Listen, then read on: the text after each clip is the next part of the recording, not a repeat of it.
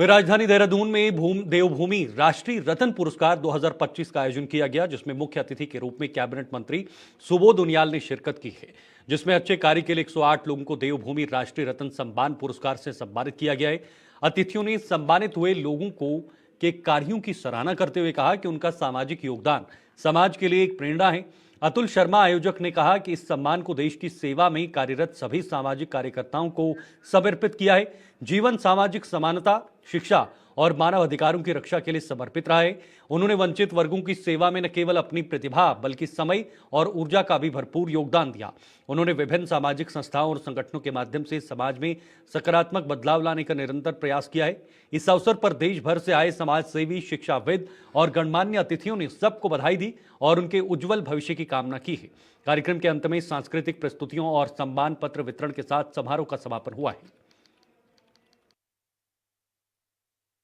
Science and Higher Education, Institute of Social Reforms and Higher Education, Ghaziabad और ये institute of engineers India के संयुक्त तत्वाधान में जो ये आज अवार्ड सेरेमनी हुई, जिसमें विभिन्न क्षेत्रों में काम करने वाले लोगों को, जिसमें मैंने देखा टेक्नोक्रेट्स हैं, टीचर्स हैं, सोशल वर्कर्स हैं, आपका नए नए जो इनोवेशंस वाले सेक्टर्स हैं और कोचिंग क्लासेज हैं, कई सेक्टर्स के लोगों को, तकरीबन 108 लोगों को यहाँ पर अवार्ड दिया गया। तो ये एक जो भी संस्था इस तरह के काम करती है, निश्चित रूप से वो बहुत ही साधुवाद की पात्र है, क्योंकि जब किसी समाज के विभिन्न क्षेत्रों में काम करने वाले लोगों को जब अवार्ड किया जाता है तो उन लोगों की जिम्मेदारी और बढ़ जाती है। जहाँ एक और उनकी जिम्मेदारी बढ़ती है, दूसरी ओर उस क्षेत्र में जो काम करने वाले लोग हैं, कुछ लोगों को उससे प्रेरणा भी मिलती है और वो आदमी भी और अच्छा काम करने के प्रयास करते हैं ताकि उनको भी समाज में सम्मान मिले, उनको भी अवार्ड दिया जा सके। तो ये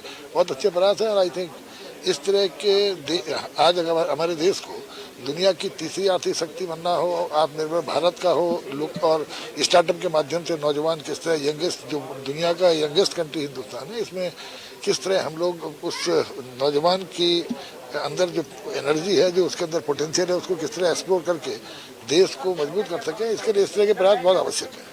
जब भी कोई हम अवार्ड सेरेमनी कराते हैं तो एक एडवर्टाइजमेंट देते हैं। एक्चुअली हमारे पास डाटा है करीब 8 लाख एकेडमिशियन, डॉक्टर्स, इंजीनियर्स, क्योंकि हमारा पब्लिशिंग हाउस भी है। तो हम जैसे ही सर्कुलेट करेंगे तो सभी लोग आवेदन करते हैं कि हाँ, हम इस के आवेदन के अधिकारी हैं, हम सम्मान पाना चाहते हैं। उसका जो अवार्डीज अपना आवेदन करते हैं, उन सबको सेग्रीगेट करके जूरी मेंबर को फॉरवर्ड किया जाता है कि भाई आप इनमें से देखिए कौन अच्छे कैंडिडेट हैं। वो हमें बताते हैं कि हाँ, इन कैंडिडेट को हम सम्मानित कर सकते हैं। कोशिश करते हैं कि जो सबसे अच्छे हों, सर्वोत्तम हों, उन्हीं को पुरस्कार दिया जाए।